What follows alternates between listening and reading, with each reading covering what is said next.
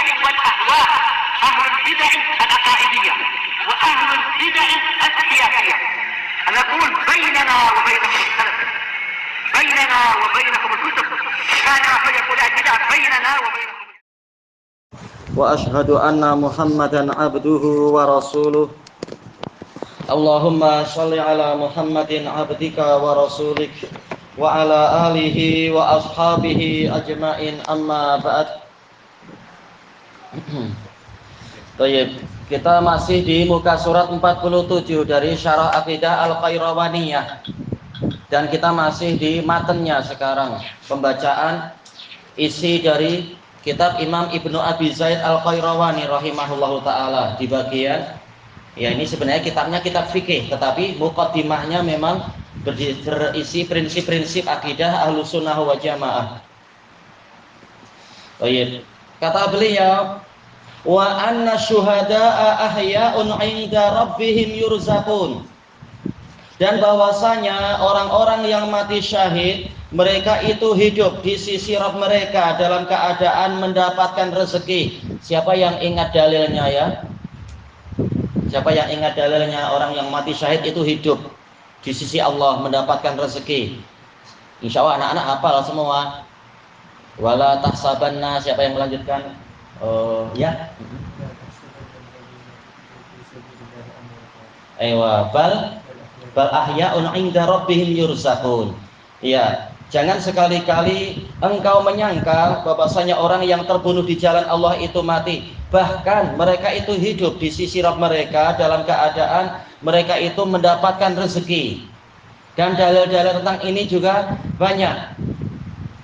Terkait dengan hadis siapa itu Jabir bin Abdullah radhiyallahu anhuma, terkait dengan ayahnya yang setelah terbunuh di perang Uhud. Nah, anak-anak perang Uhud tahun berapa perang Uhud?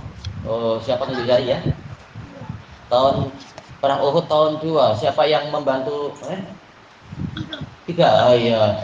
Bulan apa perang Uhud bulan ya? Bulan Ramadan ya? Iya, bulan Syawal. Ayo, tak apa. Cuma bisa sebulan ya. Baik. Tatkala Abdullah itu terbunuh, Abdullah ibnu Haram, maka langsung diajak bicara oleh Allah Ta'ala, dan mereka bergembira dan mereka menanyakan siapa yang akan menyampaikan keadaan yang bagus ini kepada saudara-saudara kita. Maka Allah mengatakan, aku yang akan menanggung untuk menyampaikan itu. Maka turunlah ayat tadi, wala tahsabannal ladzina qutilu fi sabilillahi amwata. Baik. Dan juga sebagaimana yang diriwayatkan oleh Imam Ibnu Mubarak. Ibnu Mubarak dalam Kitabul Jihad ada beberapa pembahasan tentang itu. Juga di dalam kitab siapa itu Imam Abu Bakar Asy-Syazi tentang orang yang terbunuh pada waktu perang di daerah Khawarizm, yang ternyata mereka begitu mati menurut kita mereka langsung dibawa ke kebun-kebun surga, menikmati makanan-makanan, minuman yang sedap, juga duduk di atas kursi-kursi emas dan sebagainya. Mereka betul-betul mendapatkan kenikmatan. Dan banyak sekali dalil-dalil tentang masalah itu dan cerita-cerita nyata tentang masalah itu. Baik. Wa arwahu ahli sa'adah baqiyatun na'imatun ila yaumi yub'atsun.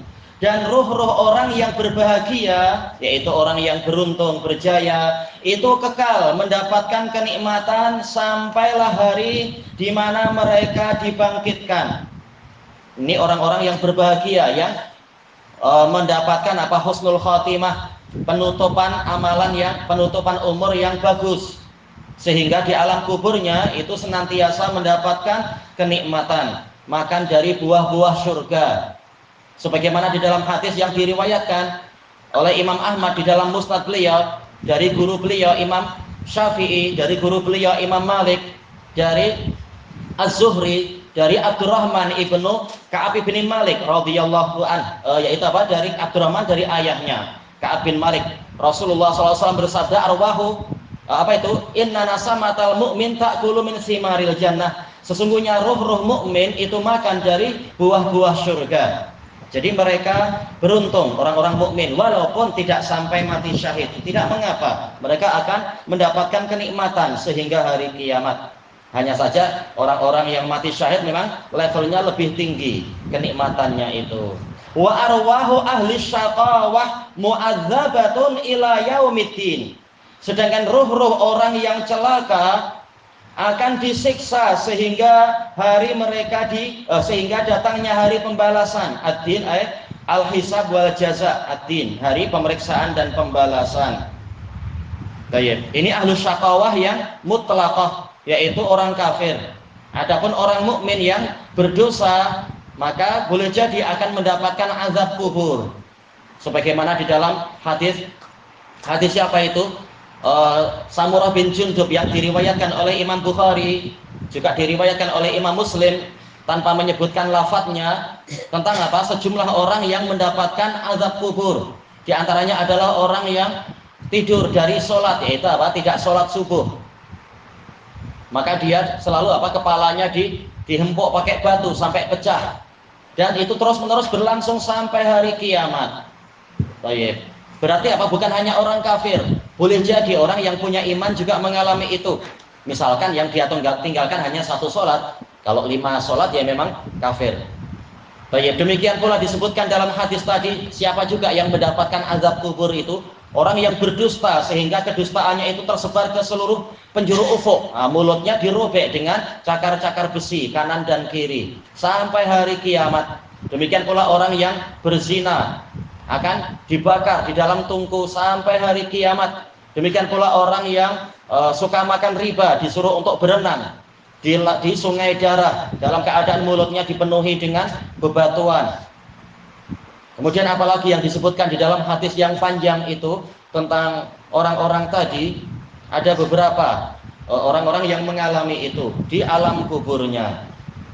Baik, demikian pula orang yang disiksa di alam kuburnya adalah orang yang berbuka puasa sebelum waktunya, belum betul-betul matahari terbenam, dia langsung berbuka, maka ini disiksa, dia dibalik, digantung terbalik, memakai urat kakinya sehingga berdarah-darah. Tidak dikatakan dia disiksa sampai hari kiamat. Ini kembalinya kepada masyiatillah.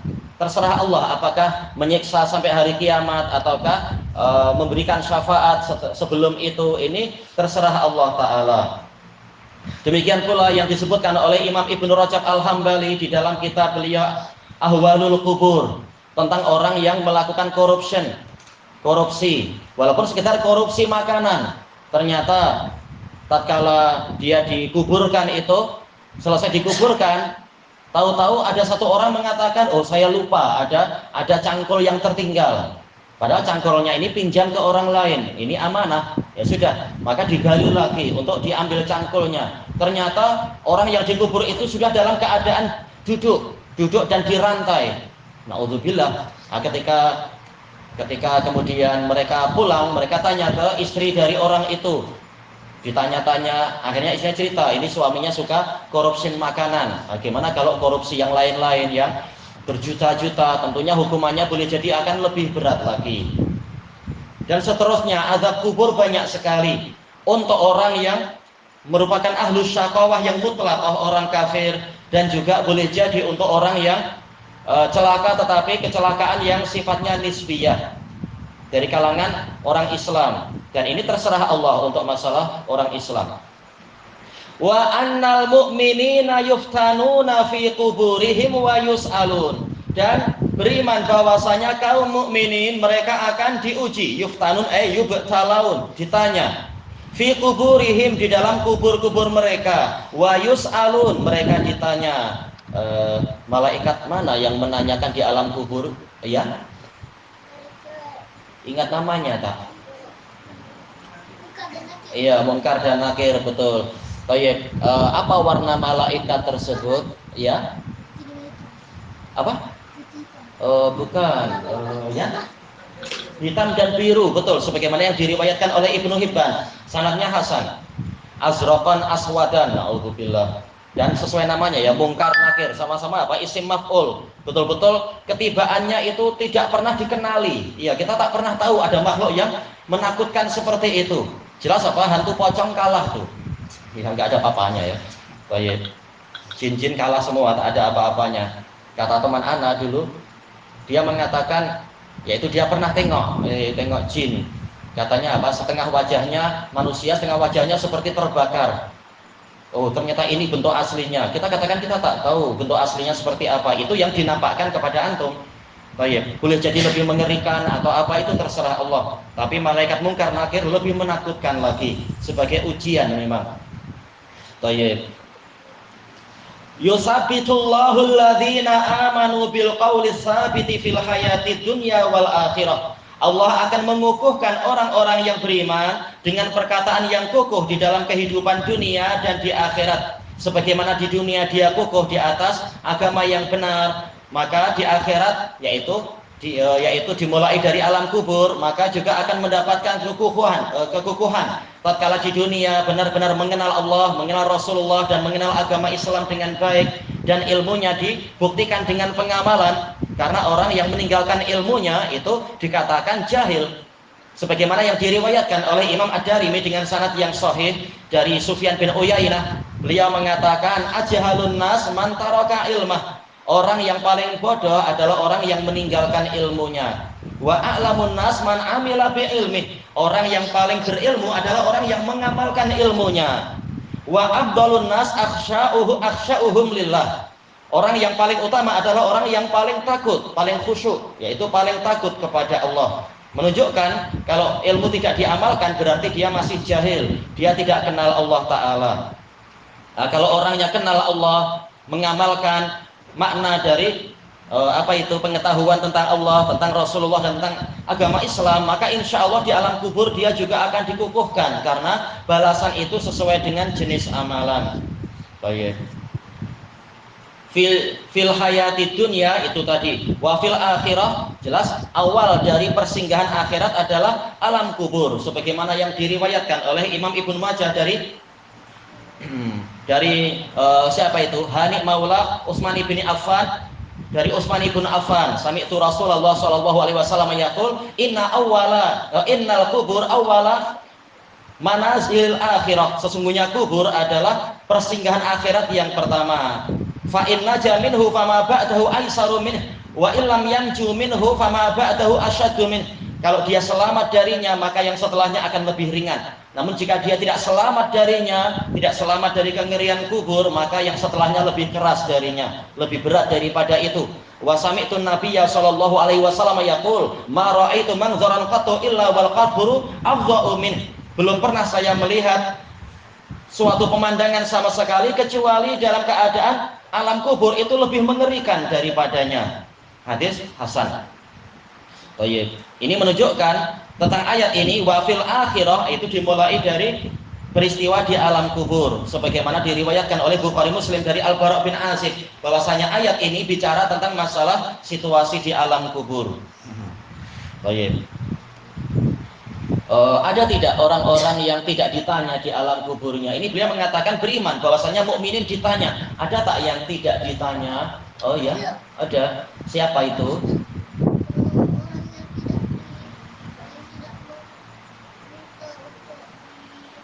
Oh, itu pembahasannya lain. Itu nanti di hari kiamat tidak ditanya. Orang yang tidak minta ruqyah dan sebagainya. Tapi untuk yang di alam kubur siapa yang tidak ditanya? Iya, orang yang mati syahid, betul. Baik, su'ila Rasulullah sallallahu alaihi wasallam, ya Rasulullah, ma balu syahid la yus'al. Wahai Rasulullah, kenapa orang yang mati syahid tidak ditanya? Rasulullah mengatakan, kafa bi bariqati sayfi ala ra'sihi fitnah. Cukuplah kilatan pedang di atas kepala dia itu sebagai ujian. Ujian yang membuktikan memang dia setia dengan tauhid, siap mati syahid dan sebagainya. Baik. Siapa lagi yang selain orang mati syahid yang tidak ditanya di alam kubur? Siapa lagi kira-kira ya? Siapa yang ingat? Ya jelas para nabi dan rasul tidak akan ditanya. Rasulullah mengatakan biyayus alun. Mereka ditanya tentang saya. Jadi nabi itulah yang menjadi tolak ukur pertanyaan. Maka nabi tak perlu ditanya. Ada lagi tak? Siapa lagi yang tidak ditanya? Yaitu al-murabitun. Orang yang berjaga di sempadan, yaitu mati dalam keadaan menjaga sempadan-sempadan perbatasan wilayah muslimin. Walaupun matinya tidak mati, apa istilahnya, tidak terbunuh, mungkin mati sakit atau memang sudah istilahnya mati biasa, tapi tatkala sedang berjaga-jaga di sempadan-sempadan wilayah kaum muslimin. Sebagaimana dalam hadis yang sahih, Rasulullah SAW telah bersabda, ribatu yaumin fi sabilillah khairun min syiyami syahrin wa qiyamih. Sesungguhnya berjaga-jaga satu hari saja di jalan Allah itu lebih baik daripada sholat sebulan dan puasa sebulan. Fa in mata fihi ujriya alaihi rizquhu wa ujriya alaihi amaluh wa uminal fatan. Kalau dia mati dalam masa penjagaan tadi, maka amalannya akan terus diperjalankan, dianggap dia beramal, terus beramal walaupun sudah mati, dan rezekinya juga akan terus diberikan pada dia. Di alam kubur terus mendapatkan rezeki, dia tidak mati memang sebenarnya. Wa uminal fatan, dia akan diberi keselamatan dari dua malaikat yang bertanya. Jadi memang dia tidak ditanya. Berarti ada tiga ya yang telah kita dapatkan, para nabi dan rasul, orang-orang yang mati syahid, dan juga apa tadi? Orang yang mati dalam keadaan menjaga sempadan-sempadan kaum muslimin itu, perbatasan wilayah kaum muslimin. Yang keempat, kata Ibnul Qayyim, adalah as-siddiqun, orang yang sangat jujur dan membenarkan ajaran Nabi. Kalau syuhada saja tidak ditanya, apalagi yang lebih tinggi levelnya daripada syuhada, yaitu para siddiqun. Ini dalilnya dalil qiyas. Kita lanjutkan. Qala al-Imam Al-Qayrawani rahimahullah, wa anna 'alal ibadi hafadzatan yaktubuna a'malahum. Dan beriman bahwasanya para hamba Allah itu memiliki para penjaga, para pengawas yang mencatat amalan-amalan mereka. Hafadzah wazan fa'alah, yaitu jamak taksir.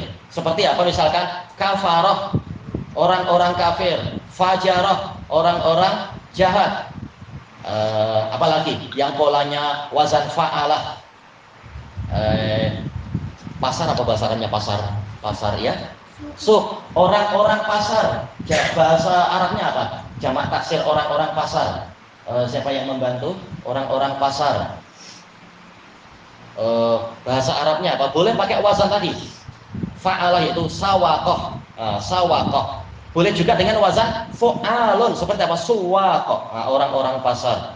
Nah, ini wazan fa'alah, hafadzah, yaitu para penjaga, para pengawas. Wazan fa'alah yaitu dengan pola jamak taksir. Yaktubuna a'malahum, mencatat amalan-amalan mereka. Wala yasqutu syai'un min dzalika an ilmi rabbihim. Dan tidak gugur sedikit pun dari amalan-amalan tadi dari pengetahuan Rabb mereka. Jelas Allah Maha tahu. Kalau Allah Maha tahu, kenapa Allah masih menyuruh malaikat mencatat? Ini sebagai penegakan hujjah nanti di hari kiamat. Allah menghukum bukan semata-mata karena pengetahuan dia, tapi ada buktinya, ada buku catatannya. Memang Allah Ta'ala Maha adil. Allah menutup segala pintu udzur nanti. Banyak. Bahkan apa? Tatkala ada orang mengatakan, ya Allah, bukankah engkau berjanji bahwasanya tidak ada penganiayaan pada hari ini? Engkau tidak menganiaya siapapun. Ya Allah, hari ini saya tidak mau ada saksi kecuali diri saya sendiri. Kata Allah, boleh, saya akan mengirimkan kepadamu saksi dari dirimu sendiri. Maka dia berpikir, siapa dari diri saya sendiri yang akan jadi saksi? Ternyata apa? Al-yawma nakhtimu ala afwahihim wa tukallimuna aydihim wa tashhadu arjuluhum bima kanu yaksibun. Pada hari ini kami menutup mulut-mulut mereka dan tangan-tangan mereka berbicara kepada kami, juga kaki-kaki mereka menjadi saksi atas apa yang mereka perbuat. Ternyata tangan dan kaki menjadi saksi. Bahkan apa? Berbicara dan seterusnya. Sebagaimana bahkan apa? Kulit-kulit juga berbicara, sampai orang-orang itu bertanya, lima syahidtum alaina, kenapa kalian bersaksi terhadap kami? Qalu antaqana Allahu alladzi antaqa kulla syai'. Maka kulit-kulitnya mengatakan, Allah lah yang menjadikan kami bicara, adalah zat yang menjadikan segala sesuatu itu mampu bicara. Apa yang menjadi sisi pembahasan di sini?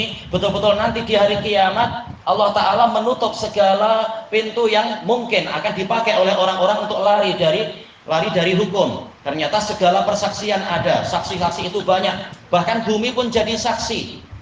Bumi jadi saksi tak nanti di hari kiamat terhadap amalan orang-orang, jadi saksi tak? Iya betul. Siapa yang ingat dalilnya bumi jadi saksi? Bumi jadi saksi. Allah Ta'ala mengatakan apa itu? Idza zulzilatil ardu zilzalaha wa akhrajatil ardu asqalaha wa qala al insanu ma laha yauma idzin tuhaddisu akhbaraha. Pada hari itu bumi akan menceritakan berita-beritanya. Baik. Jadi bumi pun akan menjadi saksi. Maka tidak ada alasan untuk orang mengatakan ya Allah ini silap, tak ada saya berbuat macam ini. Akan banyak saksi nanti, naudzubillah. Demikian pula kalau kita berbuat kebaikan walaupun seukuran dzarrah, walaupun tersembunyi di gelapnya malam dan sebagainya itu, maka kalau itu ikhlas pasti Allah akan mendatangkannya. Walaupun kita tidak memviralkan di entahlah di mana-mana itu alat-alat media masa sekarang, Allah yang jadi saksi, para malaikat jadi saksi, kebaikan akan didatangkan. Tidak akan ada yang terluputkan. Wa anna malaka, oh ini pembahasan baru berarti ya. Wa anna malakal mauti yaqbidul arwaha biidzni rabbih. Dan beriman bahwasanya malakul maut mencabut, mengambil ruh-ruh dengan seizin Rabbnya. Hadis yang terpanjang dalam masalah ini hadis siapa ya? Masalah alam kubur itu. Hadis siapa? Al-Bara bin Azib yang diriwayatkan oleh Imam Ibnu Abi Syaibah, Imam Ahmad dan Abu Dawud. Terkait dengan masalah ini, tentang hamba yang mukmin bagaimana masalah pencabutan nyawanya, tentang hamba yang kafir bagaimana pencabutan nyawanya. Ini semuanya adalah dengan seizin Allah Ta'ala. Wahum la yufarritun, dan para malaikat yang mengurusi ruh mereka tidak melengahkannya, tidak akan terlambat sedikit pun, dan tidak akan apa istilahnya, dipercepat dari apa yang Allah Ta'ala tugaskan. Dan yang roh yang sudah dicabut tak mungkin untuk dikembalikan lagi. Baik. Tidak seperti dalam cerita apa itu manaqib Syekh Abdul Qadir Jailani. Di antara manaqib beliau adalah tatkala ada keluarga yang sedih karena anggota keluarganya dicabut oleh malakul maut, minta Syekh Abdul Qadir untuk tolong dikembalikan. Kami tak rela dia mati. Ya sudah, akhirnya apa? Syekh Abdul Qadir terbang mengejar malakul maut, entah naik Air Asia kah, naik apa itu tak tahu. Ya, dikejar, dihadang, maka terjadi kegaduhan antara Syekh Abdul Qadir dengan malakul maut. Saking gaduhnya sampai apa? Kantong-kantong nyawa itu lepas, terbuka, roh-roh banyak yang kembali. Ini kesaktian Syekh Abdul Qadir kata orang-orang. Naudzubillah, Syekh Abdul Qadir tak mungkin berbuat jahat macam itu, menentang ketetapan Allah Ta'ala. Ini namanya cerita manaqib Syekh Abdul Qadir. Diyakini barang siapa membaca ini dari awal sampai akhir, orang yang sakit di rumahnya akan sembuh katanya. Ini yang banyak kesyirikan jadinya. Baik, malakul maut menjalankan tugas dari Allah Ta'ala dan tak mungkin berbuat zalim, dan tak mungkin tugasnya itu mampu diinterupsi oleh satu makhluk pun. Kemudian wa anna khairal qurun al-qarnul ladzina ra'au Rasulullah sallallahu alaihi wasallam wa amanu bih. Dan kami beriman bahwasanya sebaik-baik generasi adalah generasi yang mana mereka melihat Rasulullah Shallallahu Alaihi Wasallam dan beriman kepada beliau. Ini generasi siapa maksudnya berarti? Generasi ya generasi para sahabat. Al-Qarn ini memiliki beberapa makna. Yang pertama adalah al-jil, yaitu generasi, itu yang diinginkan di sini. Makna yang kedua Al-Qarn adalah apa? Mi'atu sanah. Sebagaimana di dalam hadis Abdullah bin Busr, "Ishta qarnan," engkau akan hidup satu kurun. Fa asya mi'ata sanah, beliau hidup selama 100 tahun, dan ini hadisnya sahih, termasuk karamahnya Abdullah bin Busr al-Aslami radhiyallahu anhu. Makna qarn yang ketiga adalah asur, yaitu trompet. Ya, qarn artinya trompet. Nah, ini yang dimaksudkan qarn di sini jil, generasi. Baik, al-qarn secara lafadznya dia mufrad. Secara maknanya dia boleh jamak, makanya disifati dengan apa? Alladzina, dengan pola jamak. Padahal ini adalah mufrad lafadznya. Baik. Ra'au Rasulullah sallallahu alaihi wasallam, melihat Rasulullah sallallahu alaihi wasallam. Ini pendapat jumhur. Definisi sahabat adalah man ra'a an-nabiyya sallallahu alaihi wasallam wa amana bihi wa mata ala dzalik. Menurut jumhur ulama, termasuk apa? Bahkan Imam Bukhari, beliau menyebutkan bahwasanya sahabat adalah orang yang melihat Nabi Shallallahu Alaihi Wasallam dalam keadaan beriman kepada beliau dan mati di atas keimanan tadi. Definisi ini perlu diperbaiki sedikit, tak? Kan sudah tepat definisi ini, definisi sahabat. Ada yang perlu diperbaiki tak? Kira-kira dengan definisi ini, ada nggak sahabat yang akhirnya tak jadi sahabat? Anak-anak dulu coba ya. Siapa berarti? Sahabat yang bagaimana berarti?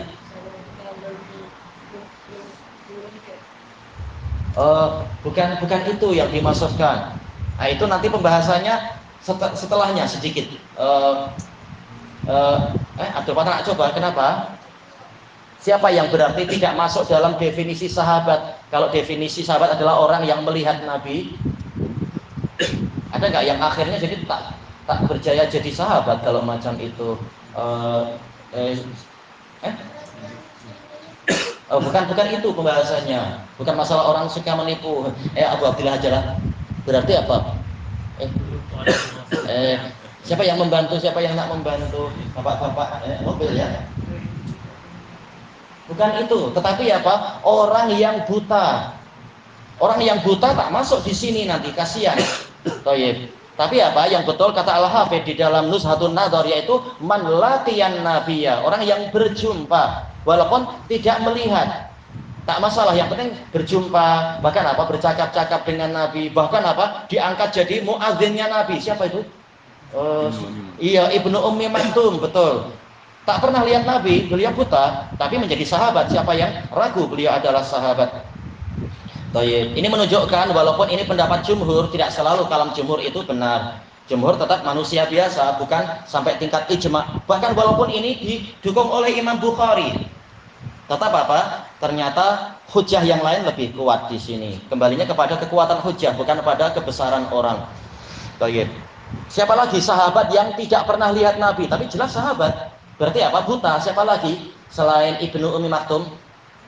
Siapa yang tahu? Insya Allah banyak yang tahu, cuma mungkin lupa. Ya,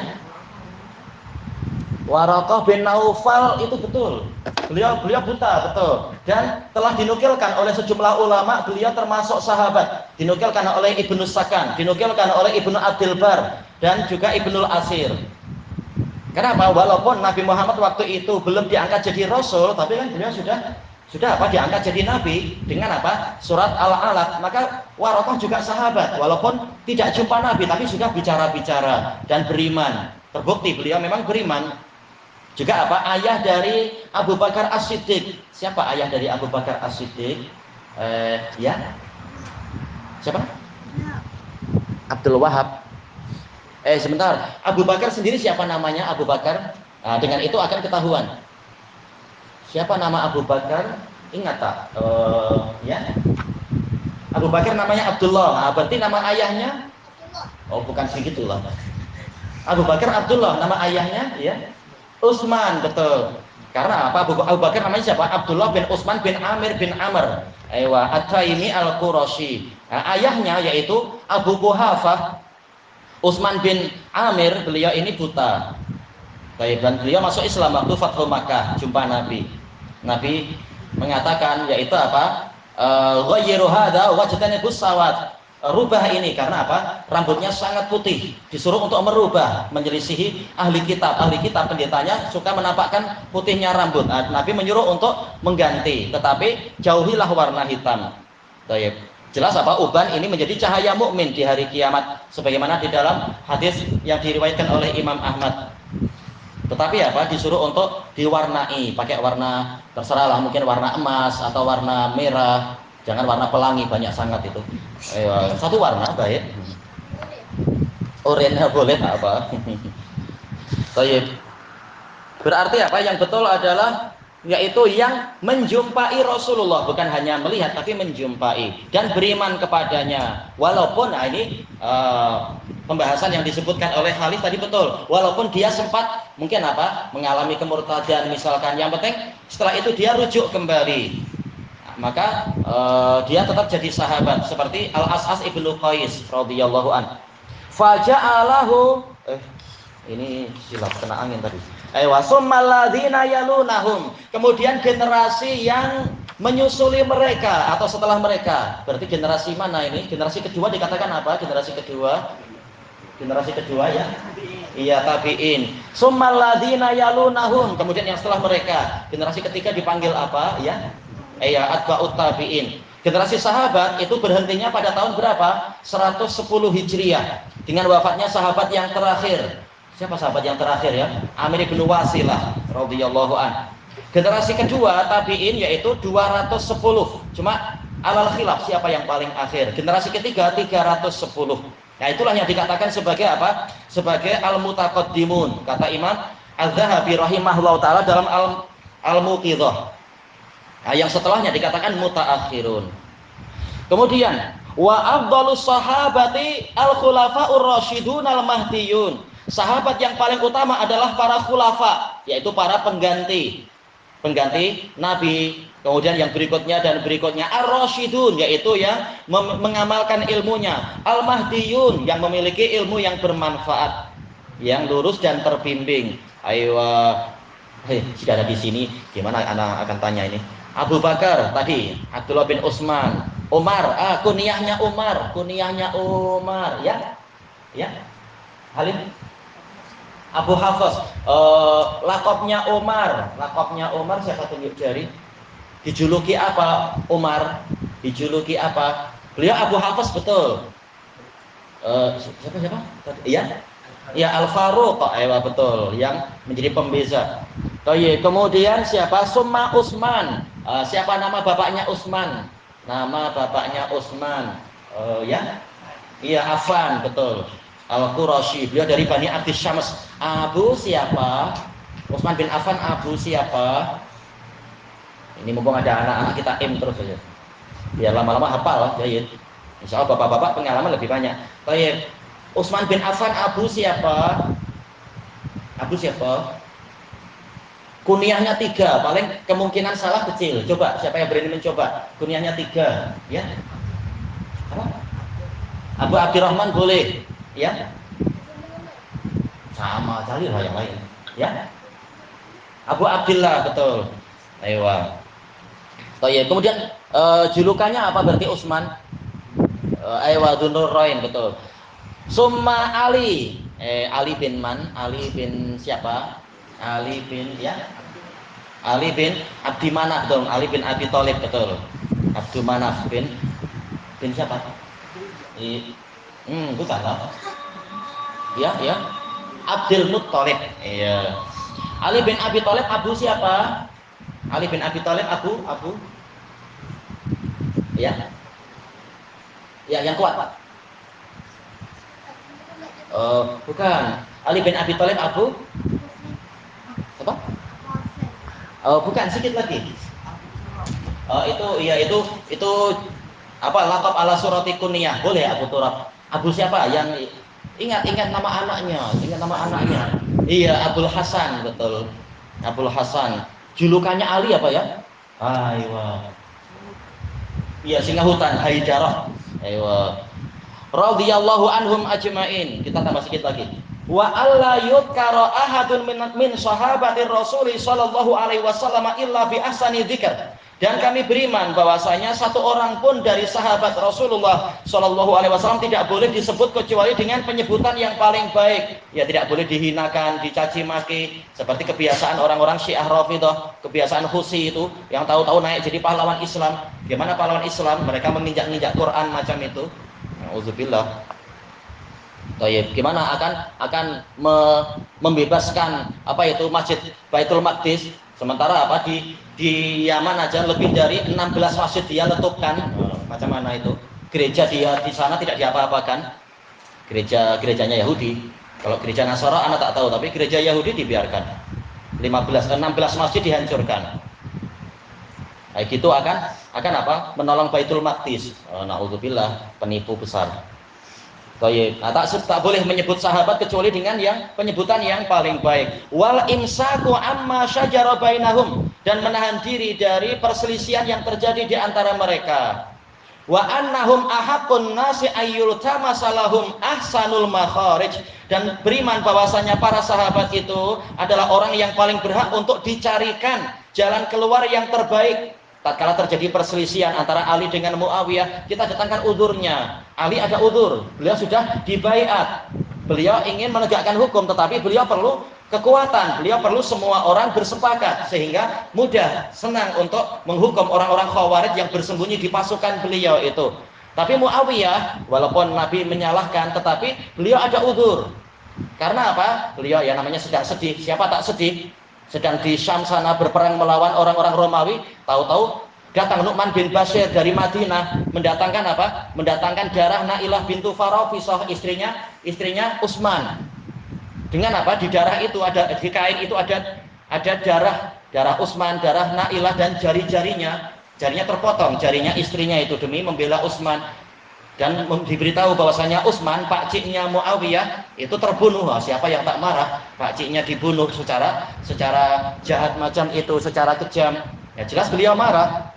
Beliau menuntut balas, beliau adalah waliyul maqtul, jadi beliau ada uzur. Walaupun tetap hadis-hadis yang ada menunjukkan beliau keliru dalam ijtihadnya, tapi ada uzur. Apalagi jaraknya jauh antara Syam dengan Madinah. Berita-berita yang tepat itu susah, perjalanan jauh. Waktu itu Maxim tak sampai sana, gimana untuk nulis WhatsApp? Susah. Jangankan Maxim ya. Oh, iya. Jadi mendapatkan uzur. Demikian pula perang antara Aisyah dengan Ali, itu juga ada uzur. Tidak ada satupun dari mereka yang berniat berperang. Mereka ingin berdamai, tapi tahu-tahu orang Syiah ya, orang Khawarij yang menembakkan panah di malam hari sehingga pasukan saling bertempur. Menyangka ini ternyata pasukan yang sana berkhianat. Katanya sepakat untuk berdamai, tahu-tahu kenapa kami ditembaki dengan panah? Ternyata Khawarij yang berbuat itu. Jadi kita datangkan uzur. Wa yudhanna bihim ahsanal madzahib, dan mereka disangka dengan persangkaan yang paling baik madhab, yaitu apa? Persangkaan atau keyakinan. Ilahuna wallahu a'lam. Subhanakallahumma wa bihamdika la ilaha illa anta astaghfiruka wa atubu ilaik. Walhamdulillahirabbil alamin. Jazakumullahu khairan. Oh ya.